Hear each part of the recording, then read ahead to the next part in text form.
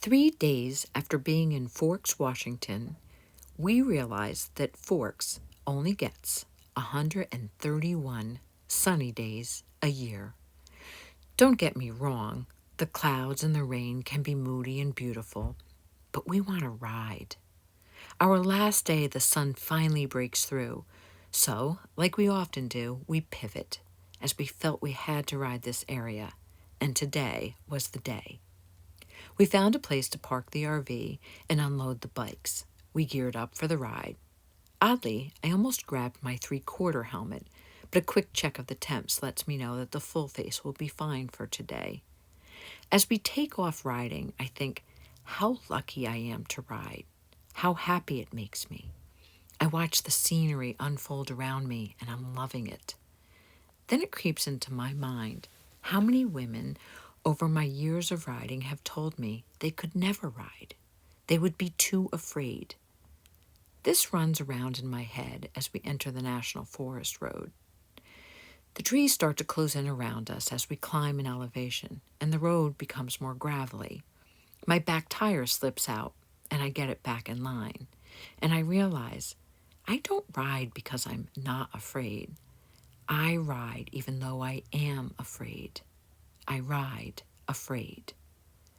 As we climb, I look to my right and I realize it is a straight drop-off. This time we are on sharp gravel turns that fold over on themselves. The road conditions continue to narrow, and I feel the fear in me. Now, I'm not talking crippling fear. No, just a healthy fear, like, pay attention, it's a long way down. That type of fear. But a person who does things while they're afraid has a plan.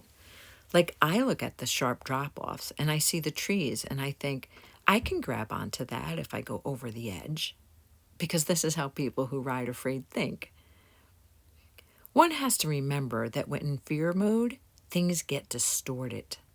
So I slow my mind down and I focus on the beauty, like the flowers and the mountains and more flowers.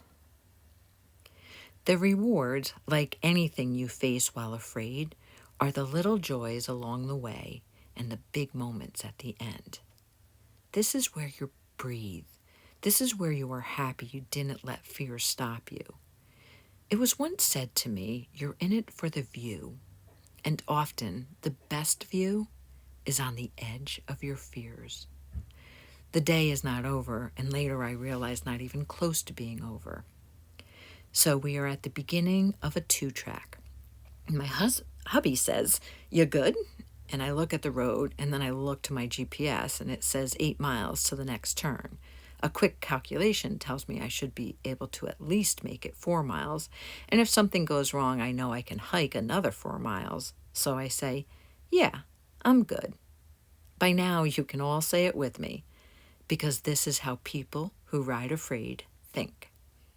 The left side seemed to be the easier one, but it was also the one very close to the edge, so I take the right side. The right side has berry bushes with prickers that are grabbing at my jacket. Well, I think, at least the right side is less scary, although certainly not easier. Slightly harder but less risky is a coping mechanism for people who ride afraid.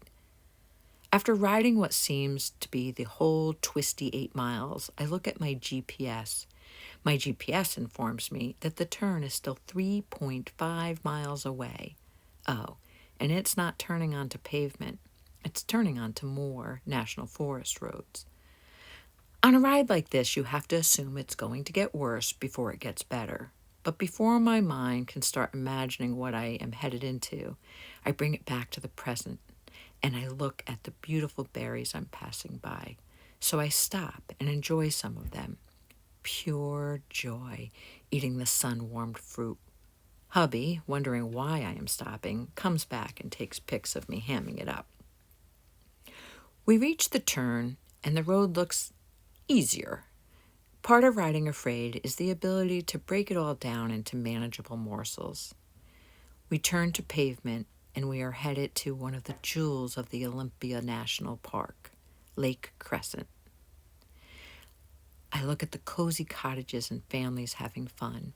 I sit by the mountain lake and I breathe. I take it in. I feel calm. I feel alive. All because I ride afraid. Sure, there are easier roads to get me here, but on this route, I got to see unique perspectives and views. So it got me thinking, what perspectives in life are people missing due to fear? Maybe I should end this day here, but the day doesn't end here. As we head home, I hope to have the energy to capture these thoughts before I sleep. The ride back is pitch black because it is a national forest. I have my high beam on. I see movement to my right and I say, "Where did you come from?"